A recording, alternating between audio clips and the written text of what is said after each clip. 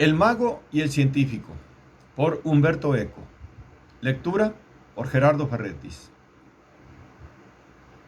Creemos que vivimos en la que Isaías Berlin, identificándola en sus albores, llamó la edad de la razón. Una vez acabadas las tinieblas medievales y comenzado el pensamiento crítico del Renacimiento y el propio pensamiento científico, consideramos que vivimos en una edad dominada por la ciencia. A decir verdad, esta visión de un predominio ya absoluto de la mentalidad científica, que se anunciaba tan ingenuamente en el himno a Satanás de Carducci y más críticamente en el Manifiesto Comunista de 1848, la apoyan más los reaccionarios, los espiritualistas, los laudatores temporis acti que los científicos. Son aquellos y no estos los que pintan frescos de gusto casi fantástico sobre un mundo que, olvidando otros valores, se basa solo en la confianza en las verdades de la ciencia y en el poder de la tecnología. Los hombres de hoy no solo esperan, sino que pretenden obtenerlo todo de la tecnología, y no distinguen entre tecnología destructiva y tecnología productiva. El niño que juega a la guerra de las galaxias en el ordenador usa el móvil como un apéndice natural de las trompas de Eustaquio. Lanza sus chats a través de Internet, vive en la tecnología y no concibe que pueda haber existido un mundo diferente, un mundo sin ordenadores e incluso sin teléfonos. Pero no ocurre lo mismo con la ciencia. Los medios de comunicación confunden la imagen de la ciencia con la de la tecnología y transmiten esta confusión a sus usuarios, que consideran científico todo lo que es tecnológico, ignorando en efecto cuál es la dimensión propia de la ciencia, de la que la tecnología es, por supuesto, una aplicación y una consecuencia, pero desde luego no la sustancia primaria. La tecnología es la que te da todo enseguida, mientras que la ciencia avanza despacio. Virilio habla de nuestra época como de la época dominada. Yo diría hipnotizada por la velocidad. Desde luego, estamos en la época de la velocidad. Ya lo habían entendido anticipadamente los futuristas y hoy estamos acostumbrados a ir en 3 horas y media de Europa a Nueva York en el Concorde. Aunque no lo usemos, sabemos que existe. Pero no solo eso. Estamos tan acostumbrados a la velocidad que nos enfadamos si el mensaje de correo electrónico no se descarga enseguida o si el avión se retrasa. Pero este estar acostumbrados a la tecnología no tiene nada que ver con el estar acostumbrados a la ciencia. Más bien tiene que ver con el eterno recurso a la magia. ¿Qué era la magia? ¿Qué ha sido durante siglos y qué es, como veremos todavía hoy, aunque bajo una falsa apariencia? La presunción de que se podía pasar de golpe de una causa a un efecto por cortocircuito sin completar los pasos intermedios. Clavo un alfiler en la estatuilla que representa al enemigo y éste muere. Pronuncio una fórmula y transformo el hierro en oro. Convoco a los ángeles y envío a través de ellos un mensaje. La magia ignora la larga cadena de las causas y los efectos, y sobre todo no se preocupa de establecer, probando y volviendo a probar, si hay una relación entre causa y efecto. De ahí su fascinación, desde las sociedades primitivas hasta nuestro renacimiento solar y más allá, hasta la pléyade de sectas ocultistas omnipresentes en Internet. La confianza, la espera en la magia, no se ha desvanecido en absoluto con la llegada de la ciencia experimental. El deseo de la simultaneidad entre causa y efecto se ha transferido a la tecnología, que parece la hija natural de la ciencia. ¿Cuánto ha habido que padecer para pasar de los primeros ordenadores del Pentágono, del Elea de Olivetti tan grande como una habitación? Los programadores necesitaron 8 meses para preparar el enorme ordenador y que éste emitiera las notas de la cancioncilla El puente sobre el río Kwai. Y estaban orgullosísimos. A nuestro ordenador personal, en el que todo sucede en un momento. La tecnología hace de todo para que se pierda de vista la cadena de las causas y los efectos. Los primeros usuarios del ordenador programaban en BASIC, que no era el lenguaje máquina, pero que dejaba entrever el misterio. Nosotros, los primeros usuarios del ordenador personal, no lo conocíamos. Pero sabíamos que para obligar a los chips a hacer un determinado recorrido, había que darles unas dificilísimas instrucciones en un lenguaje binario. Windows ha ocultado también la programación BASIC. El usuario aprieta un botón y cambia la perspectiva. Se pone en contacto con un corresponsal lejano, obtiene los resultados de un cálculo astronómico, pero ya no sabe lo que hay detrás. Y sin embargo, ahí está. El usuario vive la tecnología del ordenador como magia. Podría parecer extraño que esta mentalidad mágica sobreviva en nuestra era. Pero si miramos a nuestro alrededor, esta reaparece triunfante en todas partes. Hoy asistimos al renacimiento de sectas satánicas, de ritos sincretistas que antes los antropólogos culturales íbamos a estudiar a las favelas brasileñas. Incluso las religiones tradicionales tiemblan frente al triunfo de esos ritos y deben transigir no hablando al pueblo del misterio de la Trinidad y encuentran más cómodo exhibir la acción fulminante del milagro. El pensamiento teológico nos hablaba y nos habla del misterio de la Trinidad, pero argumentaba y argumenta para demostrar que es concebible o que es insondable. El pensamiento del milagro nos muestra, en cambio, lo luminoso, lo sagrado, lo divino, que aparece o que es revelado por una voz carismática y se invita a las masas a someterse a esta revelación, no al laborioso argumentar de la teología. Querría recordar una frase de Chesterton. Cuando los hombres ya no creen en Dios, no es que ya no crean en nada, creen en todo. Lo que se trasluce de la ciencia a través de los medios de comunicación es, por lo tanto, siento decirlo, solo su aspecto mágico. Cuando se filtra, y cuando filtra, es porque promete una tecnología milagrosa. La píldora que hay a veces un pactum celeris entre el científico y los medios de comunicación por el que el científico no puede resistir la tentación o considera su deber comunicar una investigación en curso, a veces también por razones de recaudación de fondos. Pero he aquí que la investigación se comunica enseguida como descubrimiento, con la consiguiente desilusión cuando se descubre que el resultado aún no está listo.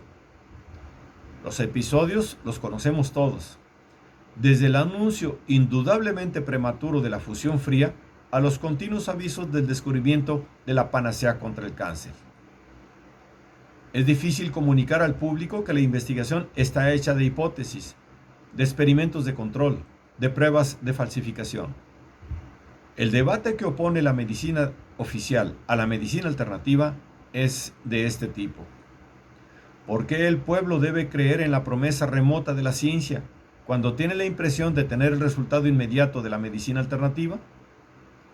Recientemente, Garatini advertía que cuando se toma una medicina y se obtiene la curación en un breve periodo, esto no es aún la prueba de que el medicamento sea eficaz. Hay aún otras dos explicaciones. Que la enfermedad ha remitido por causas naturales y el remedio ha funcionado solo como placebo. O que incluso la remisión se ha producido por causas naturales y el remedio la ha retrasado. Pero intenten plantear al gran público estas dos posibilidades. La reacción será de incredulidad, porque la mentalidad mágica ve solo un proceso, el cortocircuito siempre triunfante entre la causa presunta y el efecto esperado. Llegados a este punto, nos damos cuenta también de cómo está ocurriendo y puede ocurrir que se anuncien recortes consistentes en la investigación y la opinión pública se quede indiferente. Se quedaría turbada si se hubiese cerrado un hospital o si aumentara el precio de los medicamentos, pero no es sensible a las estaciones largas y costosas de la investigación. Como mucho, cree que los recortes a la investigación pueden inducir a algún científico nuclear a emigrar a Estados Unidos. Total, La bomba atómica la tienen ellos. Y no se da cuenta de que los recortes de la investigación pueden retrasar también el descubrimiento de un fármaco más eficaz para la gripe o de un coche eléctrico, y no se relaciona el recorte en la investigación con la cianosis o con la poliomielitis, porque la cadena de las causas y los efectos es larga, inmediata, no inmediata, como en la acción mágica. Habrán visto el capítulo de urgencias en que el Dr. Green anuncia a una larga cola de pacientes que no darán antibióticos a los que están enfermos de gripe porque no sirven. Surgió una insurrección con acusaciones incluso de discriminación racial. El paciente ve la relación mágica entre antibiótico y curación, y los medios de comunicación le han dicho que el antibiótico cura. Todo se limita a ese cortocircuito. El comprimido de antibiótico es un producto tecnológico y como tal reconocible. Las investigaciones sobre las causas y los remedios para la gripe son cosas de universidad. Yo he perfilado una hipótesis preocupante y decepcionante, también porque es fácil que el propio hombre de gobierno piense como el hombre de la calle y no como el hombre de laboratorio. He sido capaz de delinear este cuadro porque es un hecho, pero no estoy en condiciones de esbozar el remedio. Es inútil pedir a los medios de comunicación que abandonen la mentalidad mágica.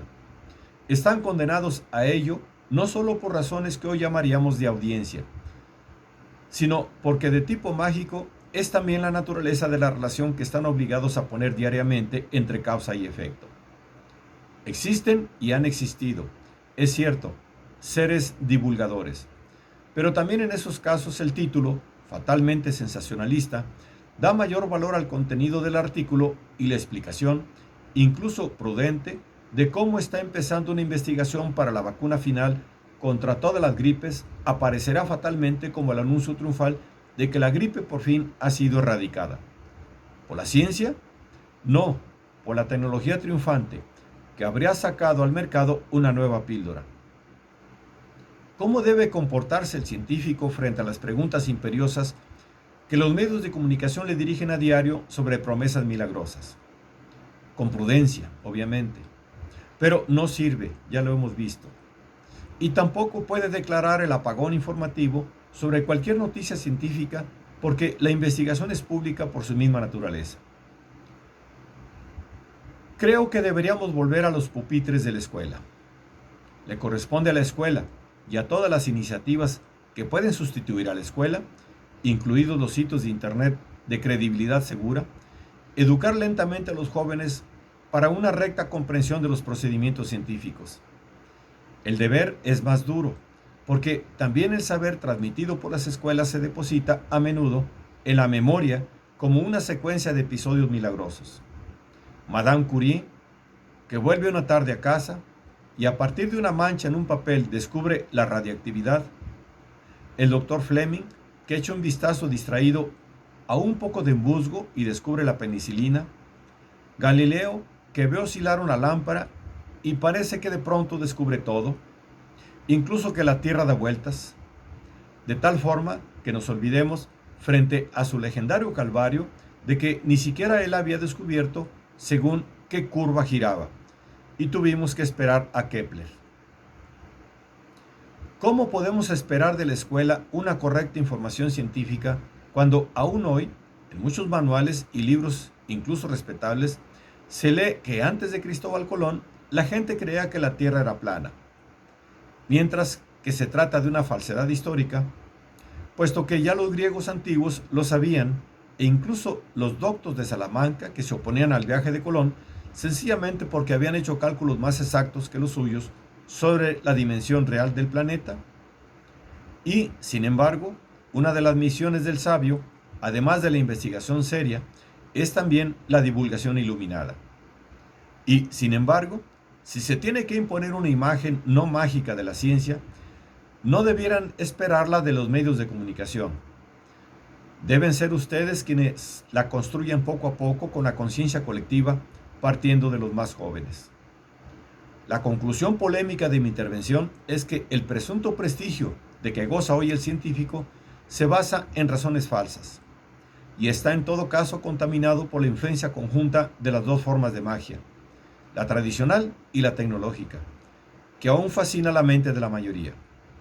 Si no salimos de esta espiral de falsas promesas y esperanzas defraudadas, la propia ciencia tendrá un camino más arduo que realizar. Y he aquí que mañana los periódicos hablarán de este congreso vuestro, pero fatalmente la imagen que salga será aún más mágica. ¿Deberíamos asombrarnos? Nos seguimos masacrando como en los siglos oscuros, arrastrados por fundamentalismos y fatalismos incontrolables. Proclamamos cruzadas, continentes enteros mueren de hambre y de sida, mientras nuestras televisiones nos representan, mágicamente, como una tierra de jauja, atrayendo sobre nuestras playas a desesperados que corren hacia nuestras periferias dañadas, como los navegantes de otras épocas hacia las promesas del Dorado. Y deberíamos rechazar la idea de que los simples no saben aún qué es la ciencia y la confunden bien con la magia, bien con el hecho de que, por razones desconocidas, se puede enviar una declaración de amor a Australia al precio de una llamada urbana y a la velocidad del rayo.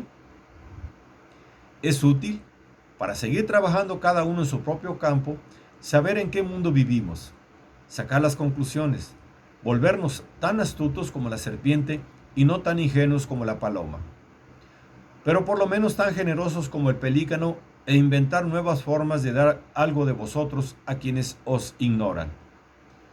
En cualquier caso, desconfiad más que nada de quienes os honran como si fueseis la fuente de la verdad. En efecto, os consideran un mago que, sin embargo, si no produce enseguida efectos verificables, será considerado un charlatán, mientras que las magias que producen efectos imposibles de verificar, pero eficaces, serán honradas en los programas de entrevistas. Y por lo tanto, no vayáis o se os identificará con ellas. Permitidme retomar un lema a propósito de un debate judicial y político. Resistid, resistid, resistid. Y buen trabajo.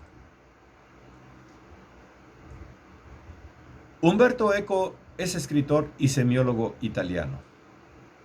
Este texto es un amplio resumen de la intervención del autor, titulada La recepción de la ciencia por parte de la opinión pública y de los medios de comunicación, en la Conferencia Científica Internacional, recientemente celebrada en Roma.